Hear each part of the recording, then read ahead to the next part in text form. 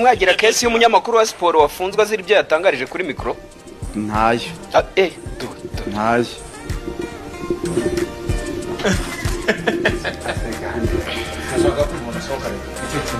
Kubera iki? Anje mushaka. Oya buretse. Mu cyubahiro tukugomba genda wicaye arato. Genda wicaye arato rwamugara. Wicaye ngaho. Twikomereze. Yego turacyakomeza. Ni bimwantumiriye. Oya radio ahubwo tuzayibwira yongera umutima. Oya nta kibazo. Ndahari reka nshimire abakunzi ba SKFM, abakunzi banje badahwema kunshyigikira. Ntago biba byoroshye, intambara zibari nyinshi hano hanze, yaba izo witeye n'izo utiteye, ariko baragumya bakahaba, bakadushyigikira, bakazirwana, bakaba hafi, kandi ndabizeza ko nta gusubira inyuma, nta gucika intege.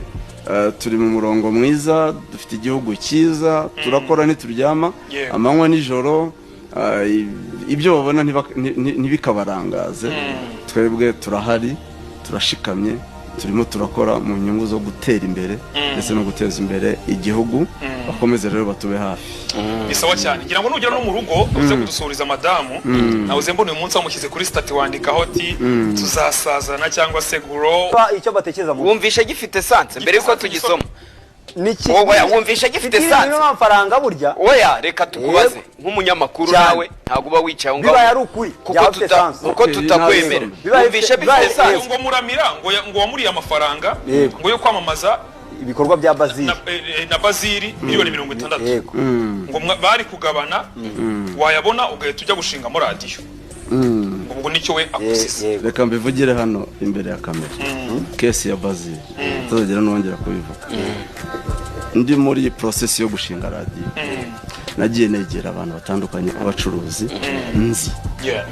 So muri iyo process nibwo navuganye na Muramiri. Ambwira ko umuntu witwa Bazili numva ko ari umukire. Afite amahoteli, afite inganda hano mu Rwanda. Nta buryo ko mfite projet yo gushinga radio wampuza nawe nkamuha igitekerezo kuko